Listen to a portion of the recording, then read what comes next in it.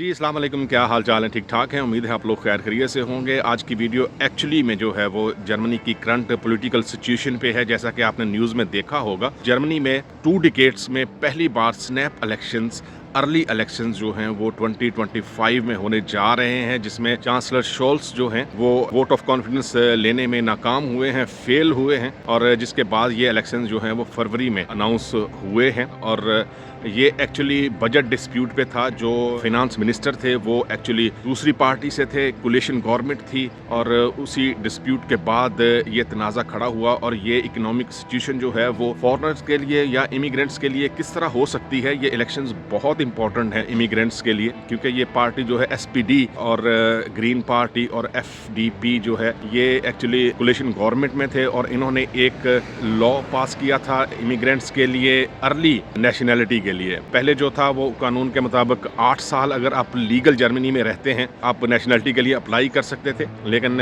इन्होंने 5 साल कर दिया। और कुछ कंडीशंस में, जैसे आप अगर जर्मन कोर्स जो है वो C1 तक कर सकते हैं, या आपके पास है, या आप बहुत अच्छी सैलरी कमा रहे हैं, बहुत अच्छे पैसे कमा रहे हैं, तो ये आप 3 साल में भी नेशनैलिटी के लिए अप्लाई कर सकते थे। लेकिन जो दूसरी अपोजिशन की पार्टी थी वो एक्चुअली इसके खिलाफ थी। CDU हो गई, जैसे क्रिश्चियन डेमोक्रेटिक यूनियन हो गई, और AFD जो है, अल्टरनेटिव फॉर डॉइचलैंड, ये पार्टी जो है वो शुरू से इमिग्रेंट्स के खिलाफ है। ये सिचुएशन कैसे बन रही है और इमिग्रेंट्स जो हैं वो उनके लिए क्या सिचुएशन होगी इस इलेक्शन के बाद अगर AFD या CDU वो अगर हुकूमत में आ गई। याद रहे कि क्रिश्चियन डेमोक्रेटिक यूनियन जो है वो पार्टी इस हुकूमत से पहले 16 साल जो है वो रेगुलर गवर्नमेंट में रही, और एंगेला मेर्केल जो है वो उसकी चांसलर थी, और पिछले इलेक्शन में वो बढ़तरी हासिल नहीं कर सके। कोई भी पार्टी जो है वो बढ़तरी हासिल नहीं कर सकी, इसीलिए ये कोलिशन गवर्नमेंट जो है वो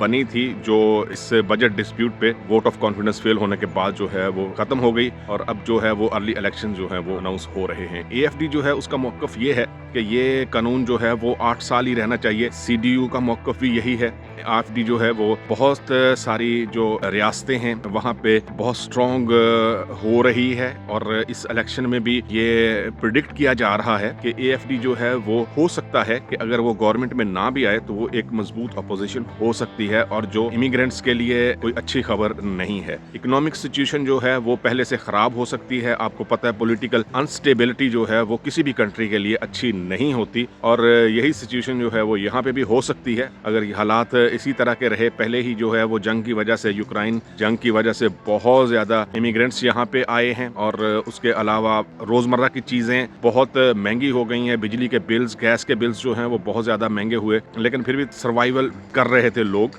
लेकिन गवर्नमेंट चेंज होने के बाद, या इसी तरह अगर ये पॉलिटिकल क्राइसिस जारी रहा तो महंगाई बढ़ सकती है। कोशिश करूंगा मैं कि जो भी करंट सिचुएशन हुई उससे आपको आगाह करता रहूं, लेकिन ये सिचुएशन जो है वो इमिग्रेंट्स के लिए थोड़ी सी खराब हो सकती है। इमिग्रेंट रूल्स जो हैं या लॉज जो हैं वो रिवर्स हो सकते हैं, और उसके लिए जो लोग नए आएंगे या पहले से यहाँ पे हैं जो इंतज़ार कर रहे हैं कि उनका टाइम जो है वो नेशनैलिटी का पूरा हो, तो वो नेशनैलिटी के लिए अप्लाई करें, वो थोड़ा जो है वो डिले हो सकता है। कोशिश करें जो भी लोग यहाँ पे जर्मनी में हैं वो वोट ज़रूर दें, जो भी जिस भी पार्टी को देना है अपनी समझ से, अपने हालात को देखते हुए आप वोट ज़रूर करें। ये बहुत ज़रूरी होता है। एक वोट जो है वो भी फैसला कुन साबित हो सकता है। कोशिश करें कि जो भी पॉलिटिकल सिचुएशन है, यहाँ के लोग जो यहाँ पे रहते हैं, इमिग्रेंट्स, फॉरेनर्स, उससे आगाह होते रहें, न्यूज़ वगैरह देखते रहें। उम्मीद है ये वीडियो जो है वो आपको पसंद आएगी। मिलते हैं किसी और वीडियो में।